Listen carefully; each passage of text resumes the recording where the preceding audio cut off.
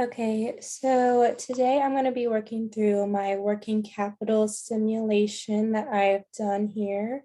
I've done it a few times, and this is the way that I've gotten the best results.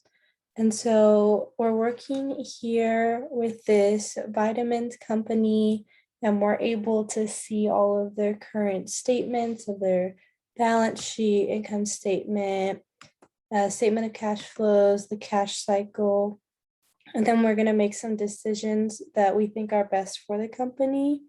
And so, whenever I was reading about them, they seemed to be needing, they just have been breaking even every year, and they're not really having a large inflow of cash. And they really need to tighten up their accounts receivable, it seemed as well. And so, when we go to make the decisions for the sunflower business here, you choose first which financing option you want to use. The MDM bank option is the one that they are currently using, but I personally did not want to go with this one because in the past they have been using it and they haven't really been getting anywhere. And so that kind of just left me with these two options here, the Flores one and the A&T option. And I decided to go with the A&T option just simply because of the equity dilution. And it seemed like a better option when I was reading about it. This seemed to have a more creative approach, and I just like that one more. So we're gonna go ahead and submit that decision. And then for phase one, now you go ahead and you make some more decisions that you think are best for the company. And I have noticed whenever I am going through this simulation, the first thing that I want to do is acquire this new customer. When I was reading about it, it says here that the sales are going to increase by 4 million per year, which is something that really stood out to me. And it was a one-time increase of 40%, which I feel like is a very large amount. And it says that the working capital and things would stay about the same, which is okay. I feel like because we are we are selling so much. And so I was going to go ahead and accept this one. And then the next one is to leverage a supplier discount. Now, when we're reading about this one, this is something that it sounds like they are going to lower their accounts payable liability. And it seems like this is SNC is considering working with Nutrilifes on a half-size contract for its herbal nutraceutical product line with an incremental sales benefit to the top line of 2 million, a one-time at 20% increase. And again, when I'm reading this, I'm seeing sales are increasing, 20% increase. This sounds like something I would want to do. And so I'm also going to go ahead and accept this one. And then next is tighten accounts receivable. And this is one that by looking at this, it doesn't necessarily look too appealing because there's lots of these negative numbers here. But because I know in these two previous decisions made that our accounts receivable might not be doing so great, I think tightening up the accounts receivable is a good option here, because even though it does say sales are going to decrease, we are already making so much that I think it's something that is a smart decision to do. The cash flow measure of days sales outstanding is also going to improve. And so I did go ahead and accept this one as well. And then for drop poorly selling products, I am going to go ahead and decline this because it didn't seem to have too many benefits with it, and it just didn't seem very appealing. So once we submit these decisions, this is about the total value we have created here. And we're able to see at the end of 2015 where we're at. And then you can go to your balance sheet and your income statement and everything. And you could see that it looks like we're doing all right here. And the synopsis is really where you learn a lot more about what you've done. So we see that acquiring that new customer did increase sales significantly, but resulted in higher accounts receivable. But I also know down here that we tightened up our accounts receivable. And by doing that, we freed up some cash, which is very nice. And here, it looks like this growth increased both the accounts receivable and inventory balances.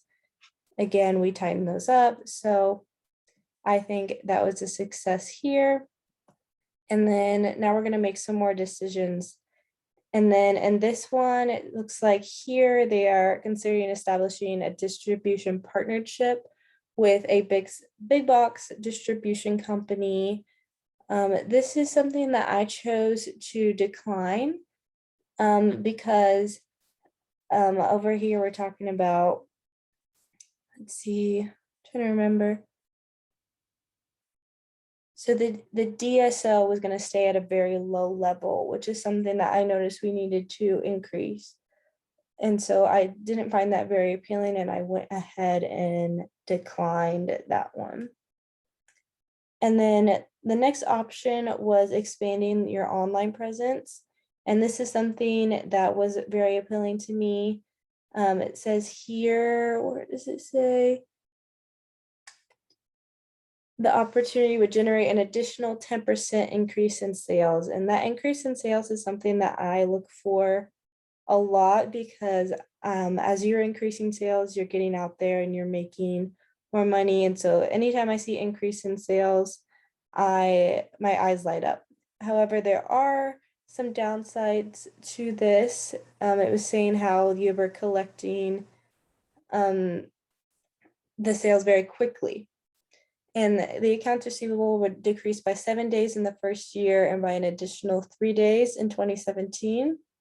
So while this DSO is going to stay at the lower level, we are increasing sales versus when this pursue a big box distribution, all we were doing really there was keeping the DSO at that low level with no upside. And here we have an upside of increasing those sales. So I am going to accept that. And then lastly, there is the develop a private label product. And I do think I'm going to go ahead and decline this offer here just because it didn't really seem to be doing too much in the past times I did this simulation.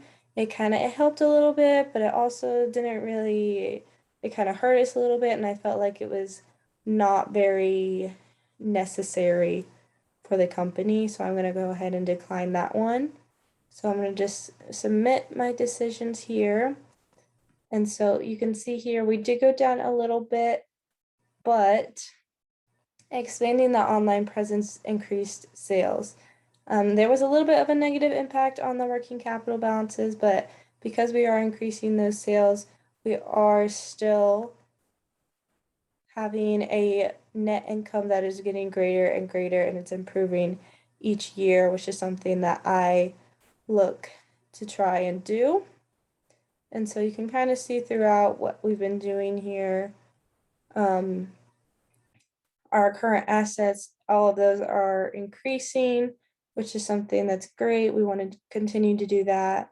And so in our final thing here, we are going to make some last bit decisions before we're done. And so the first option is to acquire a high risk customer. Now, this is one of those things, it's going to be high risk, high reward. And I don't think I am going to accept this opportunity. In the past simulations, it didn't really seem to be helping me out too much. It's telling us here that it is going to increase sales, which is something, like I said, I'd like to do. But there's also that 20% probability that they're going to declare bankruptcy. And the recovery rate for suppliers is only at 50%. And that's something that didn't necessarily appeal to me. I didn't think I wanted to take that risk, knowing that they could possibly declare bankruptcy. And so I was going to go ahead and decline that one. It didn't seem to be very smart. But then we have this one, which was renegotiate supplier credit terms. And this one here, it would reduce the cost of sales that we had going on, but because we were selling a lot and things like that. With that does come a greater cost of sales, and we could potentially reduce that here by an incremental $200,000, and it's account payable by an incremental about $800,000. And so I thought this was a good decision in order to make up for those costs of sales and help us out there a little bit. So I'm going to go ahead and accept this one. And then lastly, we have adopt a global expansion strategy. Now, this one, I think I am also going to decline.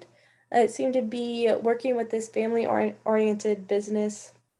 While they were also going to increase initial sales volume, there are also going to be some downsides for it by reducing the DSO. And this didn't really just seem to have anything that was too crazy. It didn't really seem to be making a lot of money. It also we didn't seem to be losing a lot of money here. So it kind of just felt a little pointless, and I didn't really think that it was needed or necessary. So I'm just gonna go ahead and select the renegotiate supplier credit terms and submit that decision. And if we go to our synopsis here, we can see that by doing this, it significantly lowered our accounts payable and did improve our margins here. And so we can see that we had a total firm value of about 4,100, and we had some pretty positive numbers. And by working through this simulation a few times, this seemed to be the best combination as it came out with a larger number. So